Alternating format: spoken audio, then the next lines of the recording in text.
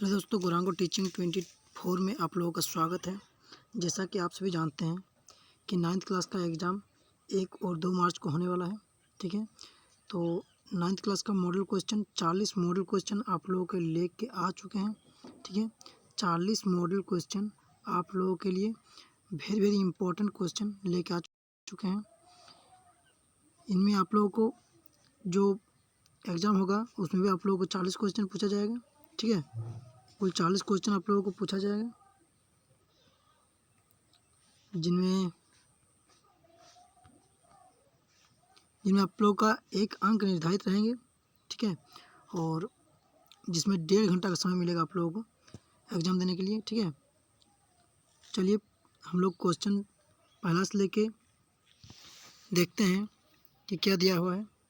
तो पहला क्वेश्चन जो हमारा है, कह रहा है कि एक वस्तु आर त्रिज्या के वृत्ताकार पथ पर घूम रही है, आधे वृत्त के बाद उसका विस्थापन होगा।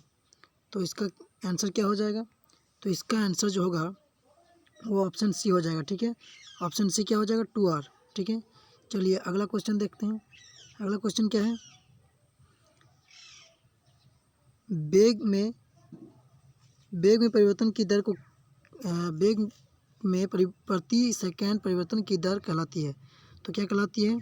तो प्रति सेकंड दर को कहते हैं त्वरण। ठीक है, क्या कहते हैं? त्वरण कहते हैं। चलिए अगला क्वेश्चन देखते हैं। अगला क्वेश्चन क्या है? निम्न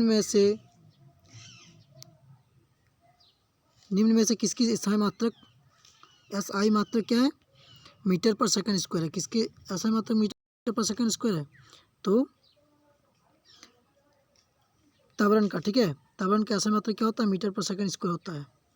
ऑप्शन बी इसका सही आंसर हो जाएगा। चलिए अगला क्वेश्चन देखते हैं। अगला क्वेश्चन क्या है? दूरी समय ग्राफ का ढलान किसका मान बताता है?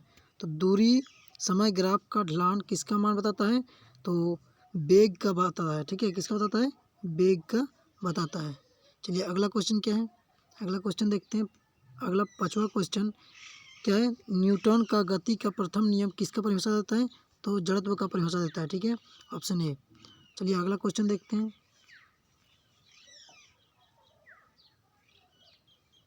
अगला क्वेश्चन किसी पिंड का जड़त्व निर्भर करता है। तो किसी पिंड का जड़त्व का निर्भर किस पर करता है? वस्तु का द्रव्यमान पर। ठीक है, वस्तु का द्रव्यमान पर, यानी कि वस्तु का वजन पर, कि उस वस्तु का वजन क्या है, द्रव्यमान क्या है। ठीक है, चलिए अगला क्वेश्चन देखते हैं। न्यूटन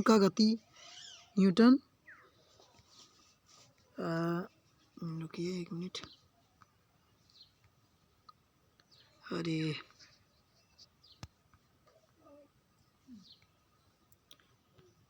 न्यूटन का गति का कौन सा नियम बल की परिभाषा देता है?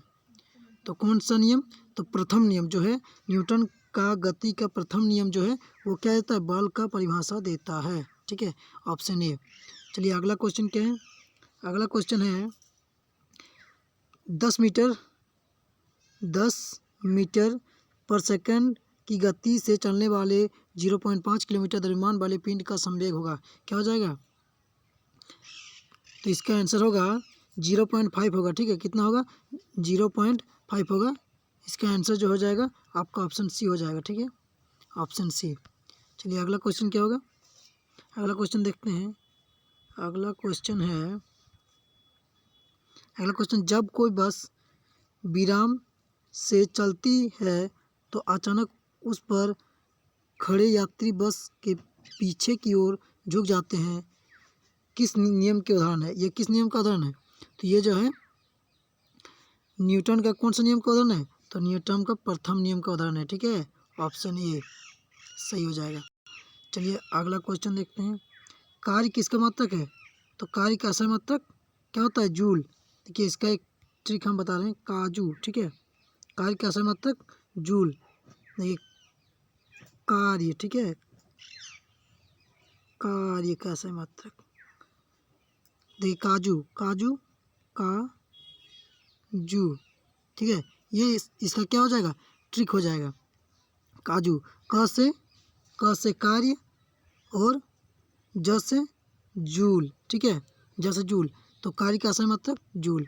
चलिए इसका सही आंसर क्या कौन सा ऑप्शन हो जाएगा? तो जूल, ऑप्शन सी। चलिए अगला क्वेश्चन देखते हैं। अगला क्वेश्चन क्या हो जाएगा? चंद्रमा पर किसी पिंड का द्रव्यमान 40 किलोग्राम है तो पृथ्वी पर इसका भार क्या हो जाएगा? 40 किलोग्राम है तो पृथ्वी पर इसका क्या हो जाएगा? 40 इंटू 10, ठीक है, कितना हो जाएगा? 400 हो जाएगा। रुकिए 1 मिनट, कितना हो जाएगा? 400 हो जाएगा, 400 न्यूटन हो जाएगा, आंसर 400 केजी, ठीक है, 400 केजी हो जाएगा। चलिए अगला क्वेश्चन देखते हैं। अगला क्वेश्चन जो है 12वां नंबर क्वेश्चन है। 12वां नंबर क्वेश्चन क्या है? जब कोई पिंड कंपन करता है तो यह आसपास की हवा को संपीड़ित करता है। आसपास की हवा को क्या करता है? संपीड़ित करता है और उच्च घनत्व क्षेत्र बनाता है, जिसे क्या कहते हैं? जिसे हम लोग क्या कहते हैं?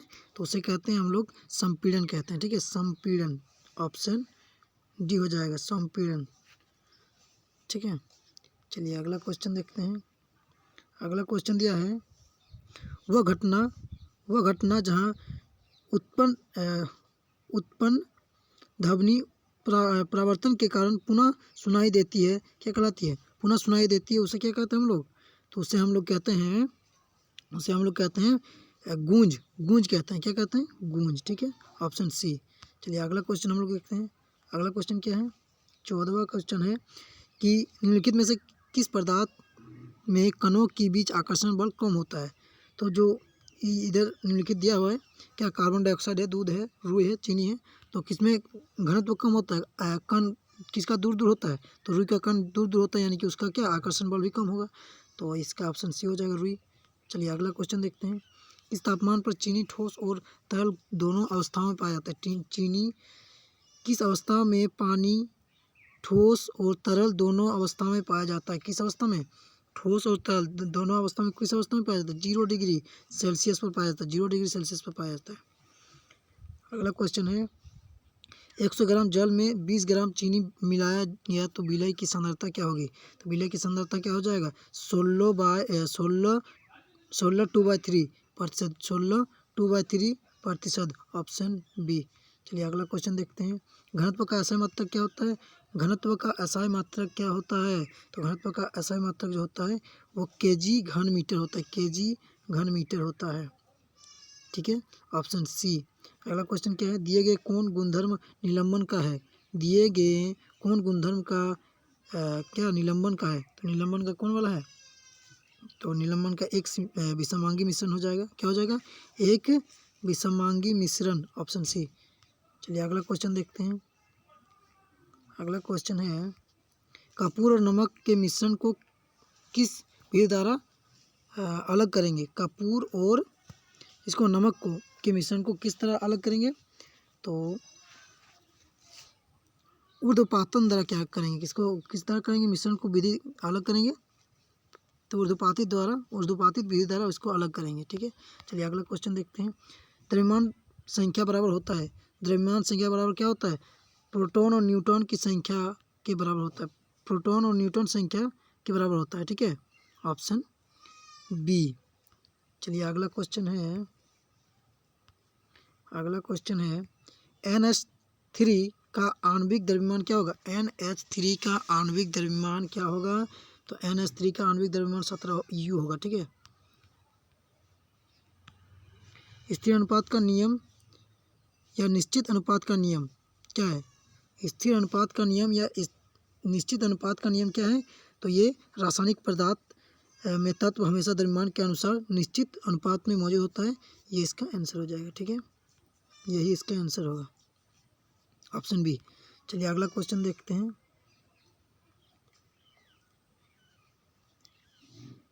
अगला क्वेश्चन है, निम्नलिखित में 36 ग्राम जल का सही प्रतिनी घनत्व करता है, तो कौन करता है? 36 ग्राम जल में कौन करता है? तो करता है आपका 2 मोल, देखो 2 मोल जल, ठीक है, 2 मोल जल हो जाएगा, क्योंकि 18 मोल जो होता है 1 मोल, तो 36 ग्राम जल यानी कि कितना? 2 मोल, ठीक है, इसका ऑप्शन ए हो जाएगा, ऑप्शन ए इसका आंसर हो जाएगा। ठीक है, चलिए अगला क्वेश्चन देखते हैं। अगला क्वेश्चन क्या है? अगला क्वेश्चन है न्यूटन पर आवेश होता है, न्यूटन पर आवेश रहता है, न्यूटन पर रिक्त आवेश होता है। तो रिक्त आवेश क्या होता है? न्यूटन पर जो होता है आपका जीरो, न्यूटन पर जीरो आवेश रहता है। कितना आवेश रहता है? जीरो आवेश रहता है। ठीक है, ऑप्शन बी, न्यूटन पर जीरो आवेश रहता है। ओके, चलिए अगला क्वेश्चन देखते हैं। अगला क्वेश्चन है अल्फा कण। ठीक है, अल्फा कण क्या होता है? अल्फा कण जो होता है वो क्या होता है? अल्फा कण, तो अल्फा कण आपका होता है अल्फा कण हो जाता है आपका धन आवेशित हीलियम परमाणु। ठीक है, धन आवेशित हीलियम परमाणु, धन आवेशित हीलियम परमाणु होता है। ठीक है, अच्छा से याद रखेंगे, बहुत अच्छा क्वेश्चन है। अगला क्वेश्चन है किसी तत्व के समस्थानिकों के द्रव्यमान के अंतर डैश की भिन्न संख्या के कारण होती है। तो भिन्न संख्या के कारण क्या होती है? न्यूटन की संख्या के भिन्न के कारण होती है। Option B, option A, sorry, option A. ठीक है, चलिए अगला क्वेश्चन क्या है? कोशिका भित्ति बनी होती है, तो कोशिका भित्ति जो होती है ये किसकी बनी होती है? तो सेलुलोज की बनी होती है। ठीक है, सेलुलोज की बनी होती है कोशिका भित्ति। चलिए अगला क्वेश्चन क्या है? निम्नलिखित में से किस कोशिका अंग को अपना डीएनए तथा राइबोसोम होता है? किस कोशिका अंग का अपना डीएनए और क्या राइबोसोम होता है? तो किसका होता है? होता है प्लेसिड। किसका होता है? प्लेसिड का अपना डीएनए और राइबोसोम होता है, प्लेसिड का, ऑप्शन बी। चलिए अगला क्वेश्चन है किसी कोशिका में 16 क्रोमोसोम है, उस कोशिका में अर्धसूत्री विभाजन के फलस्वरूप बने संतति कोशिका में कितने क्रोमोसोम होंगे? तो कितने क्रोमोसोम होंगे? तो 8 क्रोमोसोम होंगे। कितने? 8 क्रोमोसोम होंगे, ऑप्शन ए। दिया गया चित्र किस उत्तक का है? तो दिया गया जो चित्र है, ये चित्र जो दिया गया है ये किस उत्तक का है? तो ये जो है आपका पेरेन्काइमा जो है उस उत्तक का है। ठीक है, पेरेन्काइमा जो एक उत्तक है उस उत्तक का ये चित्र है, ये चित्र, तो इसका ऑप्शन ए हो जाएगा सही। चलिए अगला क्वेश्चन देखते हैं। बादाम का छिलका किस उत्तक का बना होता है? बादाम का छिलका जो है किस उत्तक का बना होता है? तो स्क्लेरेन्काइमा का बना होता है, स्क्लेरेन्काइमा का बना होता है बादाम का छिलका। चलिए अगला क्वेश्चन देखते हैं।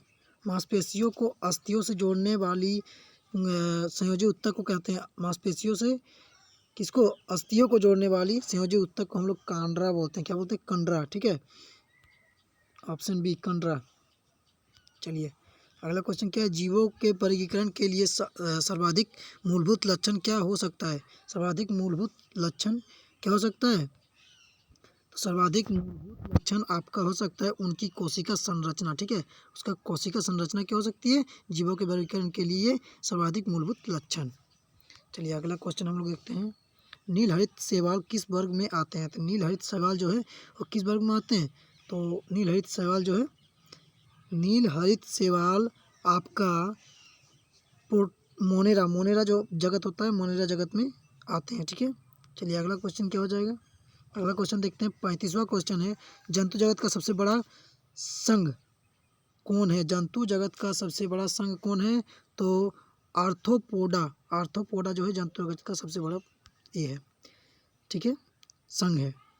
अगला क्वेश्चन क्या है?